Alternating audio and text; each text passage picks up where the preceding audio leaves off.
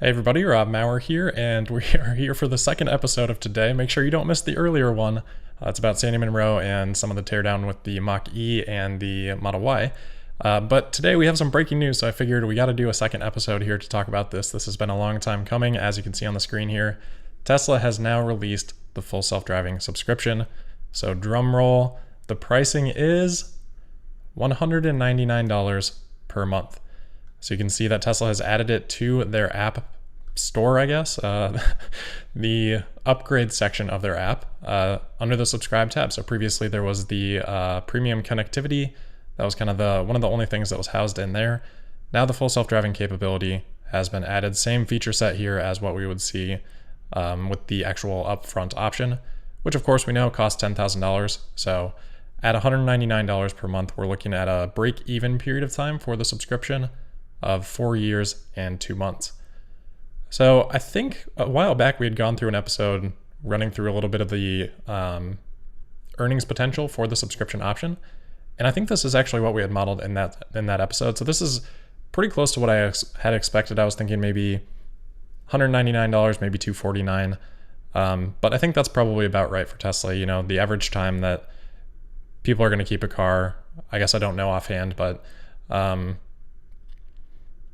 I think probably in that ballpark makes sense. And obviously Tesla's got some good data to work with by now that they can analyze that for people selling their Tesla vehicles to other owners. They have the data on that because people are going to change their Tesla account then. And they also know when people make trade-ins to Tesla as well. So they've got some pretty good data to help them to make this decision in terms of the pricing versus the actual cost of the upfront option. What is kind of interesting here though, and I wonder if we're going to see changes to this, is that the full self-driving option up front, that cost has been increasing over time. So I wonder if Tesla will do kind of the same thing there with the subscription, just as more and more features continue to come out, if they'll end up increasing that price.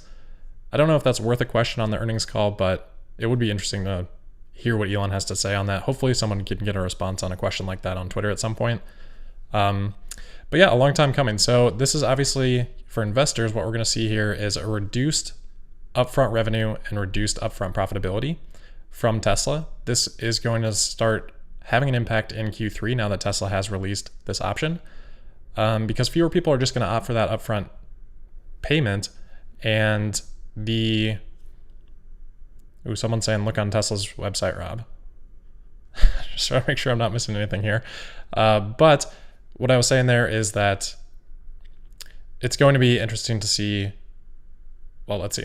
It's going to be interesting to see how the profitability comes in with more people likely opting into the subscription, which obviously can earn Tesla more money over time, versus that upfront payment, which is going to boost Tesla's gross margin and things like that upfront. The important consideration there is that Tesla's not able to actually recognize all of that revenue and all of that profit right now. A lot of that goes into the deferred revenue balance, and therefore deferred profitability too. I want to say it's somewhere around half right now. That's just kind of a guesstimate, but so the impact isn't going to be quite as stark just because a lot of that revenue is already deferred. And even when Tesla starts getting the subscription revenue, obviously that's going to be extremely high margin recurring revenue. Wall Street is really, really going to like that, but it's going to take some time for that to kind of come through the financials.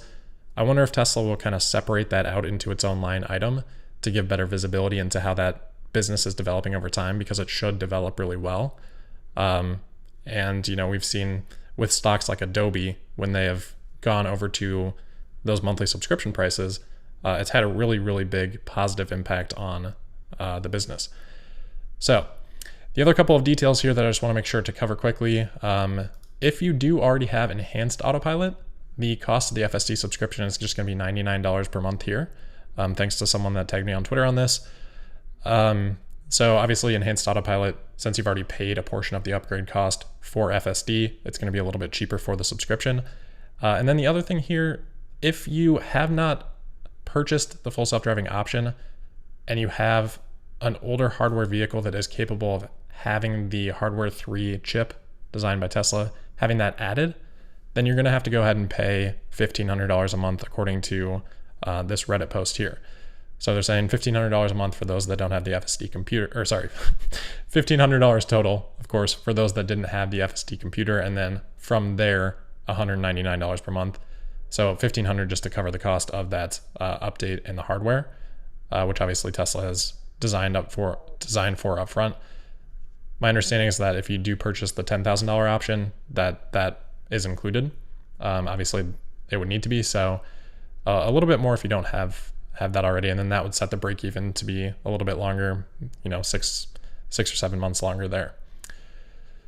So let me just pop it in the chat, make sure I didn't miss anything with that look at Tesla's website. I guess we can just pull that up quick just to make sure, see if there's anything going on there. Yeah, it looks the same to me, so I'm not sure what that was about. But yeah, it'll be interesting to see on the earnings call next week what happens with the, any comments that Tesla wants to make here. Zach Kirkhorn, their CFO, on the last earnings call talked a little bit about that balance between upfront revenue and recurring revenue and how that's going to take some time to develop. So hopefully Tesla will share a little bit more on their thoughts on that on the Q2 call next week. So I think that's really it for the FSD stuff. We'll do a little bit more modeling on this. As I said, I'll try to find that episode to put a link to it in the show notes to kind of walk through what that can mean for Tesla. But we will try to do a little bit more modeling of what this might look like in the coming days. But as I said, just wanted to make sure to get this out quickly